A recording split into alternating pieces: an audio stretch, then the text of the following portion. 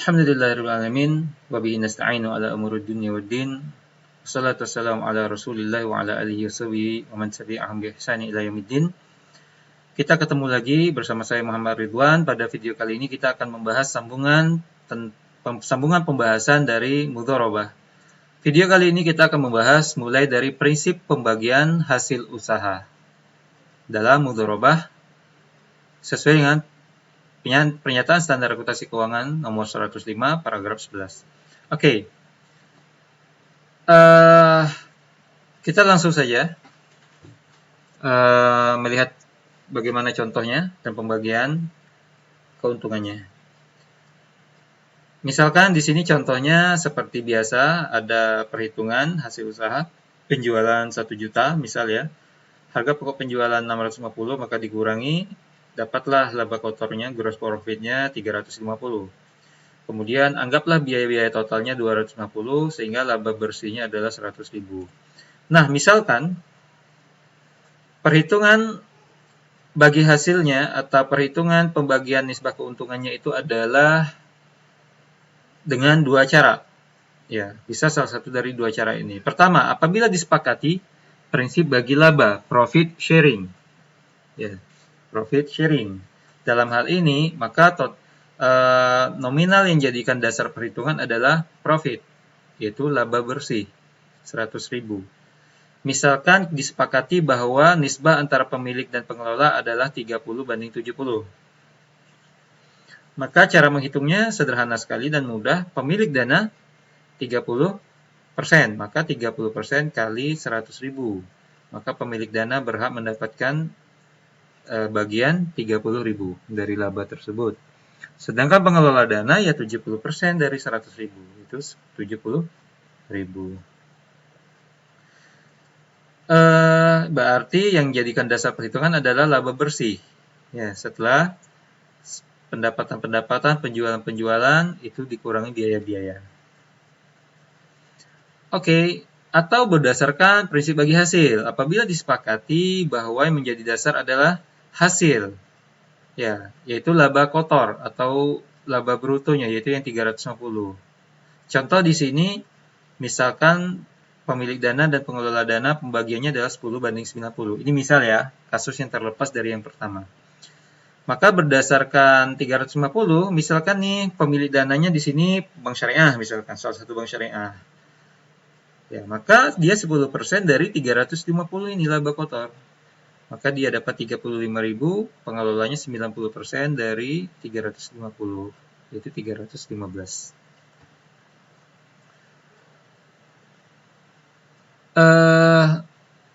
Misalkan mudharabah tersebut lebih dari satu periode pelaporan, maka penghasilan usaha yang diakui untuk perhitungan adalah hasil usaha yang merupakan hasil usaha periode tersebut. Ya, misalkan pada tahun 2018, ya yang dibagi adalah hasil usaha 2018. Apabila 2019, ya 2019. Kemudian bagaimana kalau bentuknya adalah mudharabah mushtarakah? Ya, sesuai dengan PSAK nomor 105 paragraf 34.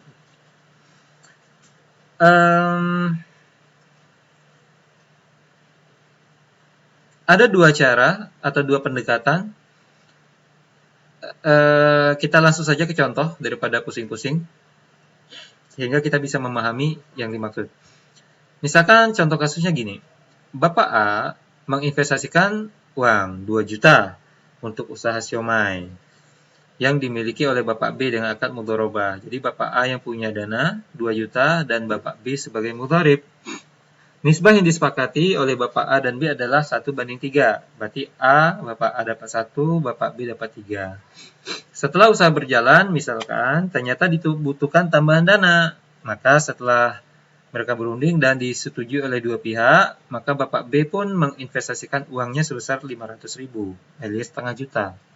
Sehingga dari awal yang akadnya mudharabah berubah menjadi mudharabah mushtarakah. Kemudian contoh, untuk bulan Januari telah diperoleh laba sebesar 1 juta. Nah, bagaimana cara membagi keuntungan 1 juta ini dalam hal mudharabah mushtarakah ini? Mari kita lihat. Cara yang pertama, yaitu bagian A pertama kita ambil secara nisbah yang disepakati, yaitu 1.000.000 itu dikalikan nisbah pembagian 1:3. Berarti bagian A, Bapak A dapat 1/4. Karena 1 tambah 3 kan 4. Jadi 1/4 dikali 1.000.000. 250, Bapak B-nya dapat 3/4 dari 1.000.000, yaitu 750. Nah, kemudian setelah dibagi seperti itu, maka berikutnya adalah bagian A, ya bagian Bapak A, itu dibagi lagi, dikali lagi sesuai dengan proporsi modal masing-masing. Ya. Nah, Bapak A tadi kan modalnya 2 juta, Bapak B kan 500, maka 250 ini dikalilah 2 juta per 2.500.000, maka dapatnya 200, Bapak B dapatnya 50. Berarti Bapak A dapatnya total cuma 200.000, Bapak B dapat 750 yang tadi ini ditambah 50 ini berarti 800. Sehingga A dapat 200, B dapat 800.000. Itu cara yang pertama. Atau cara yang kedua, walaupun hasilnya sama nanti, tapi cara perhitungannya beda. Ya. Kita lihat. Cara hitung yang kedua, langsung saja yang 1.000.000 laba yang 1.000.000 itu dibagi dulu sesuai porsi modal masing-masing. Ya, 2 juta dengan 500.000, kalian sudah tahu cara ngitungnya, saya tidak usah ngitung lagi, langsung hasil saja. Maka hasilnya adalah A, Bapak A dapat 800.000, kemudian Bapak B 200.000. Kemudian baru yang 800 bagian A tadi, pengelola dan bagian pemilik dana tadi, baru dibagi sesuai nisbah. Yaitu Bapak A dapat 1/4, Bapak B dapat 3/4.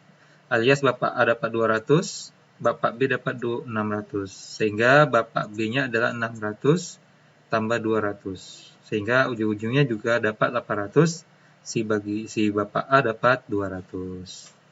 Sama saja ya. Nah, misal terjadi kerugian.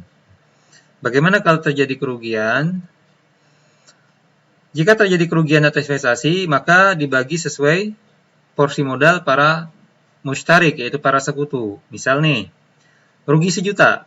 Nah, karena ini musyarakah, ya sudah dia berubah jadi musyarakah, maka ditanggung sesuai porsi masing-masing. Karena Bapak A modalnya 2 juta, maka dia menanggung 2 juta per 2,5 juta kali 1.000.000 ini, itu 800.